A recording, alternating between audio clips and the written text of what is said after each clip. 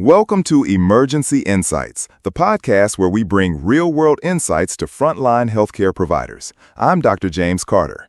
Today we'll be discussing one of the most frequent and complex conditions encountered in emergency and inpatient care, congestive heart failure, or CHF. Joining me is Dr. Emily Zhang, a cardiologist with expertise in acute heart failure syndromes. Dr. Zhang, thanks for being here. Thank you, Dr. Carter. It's a pleasure to join you and your audience for this important discussion.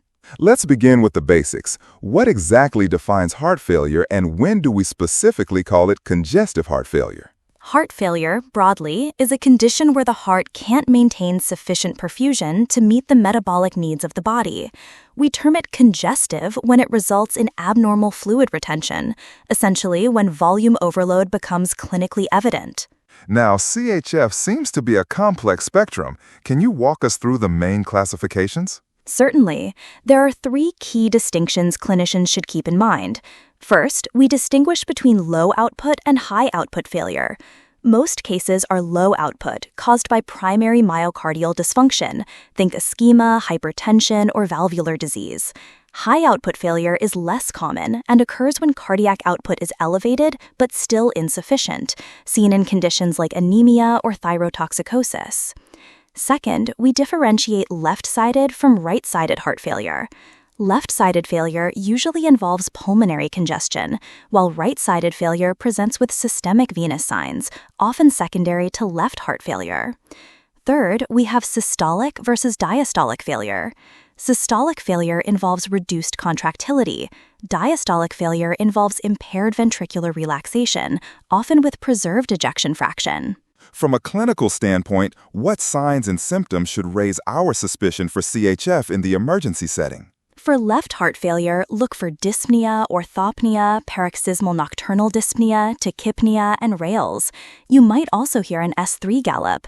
Severe cases often present with pulmonary edema, hypoxia, and diaphoresis. Right heart failure, on the other hand, tends to present with jugular venous distension, peripheral edema, right upper quadrant pain, and a positive hepatojugular reflux. Diagnosis can be tricky, especially in dyspneic patients. What tools should clinicians rely on in the emergency department? Clinical presentation remains central, but chest x-rays help. Look for cardiomegaly, cephalization, pleural effusions, or perihilar infiltrates. BNP is valuable. Levels under 100 pg per ml make CHF unlikely. Over 500 pg per ml strongly suggest it. That said, gray zones between 100 to 500 can be seen in other conditions like COPD or pulmonary embolism. Echocardiology remains the gold standard for evaluating systolic and diastolic function, but is often performed after hospital admission. Let's turn to treatment. What are the first steps when managing decompensated CHF in the emergency department? Start with ECG to rule out ischemia. If present, initiate anti-ischemic therapy immediately. For right-sided failure, focus on fluid restriction and diuresis. For left-sided failure with cardiogenic pulmonary edema, begin high-flow oxygen and use non-invasive ventilation, either CPAP or BiPAP, which helps reopen alveoli, decrease preload, and improve gas exchange. Now, pharmacologic management, particularly in left-sided CHF. If the patient is hemodynamically stable, focus on reducing preload and afterload. This helps reduce pulmonary congestion. Nitroglycerin and diuretics are commonly used. In hypertensive patients, preload and afterload reduction must be delayed. Use inotropes like dobutamine for poor contractility or dopamine when blood pressure is significantly low. This has been a great overview, Dr. Zhang. Before we wrap up, any final take-home messages? Yes, CHF is multifactorial and frequently misdiagnosed.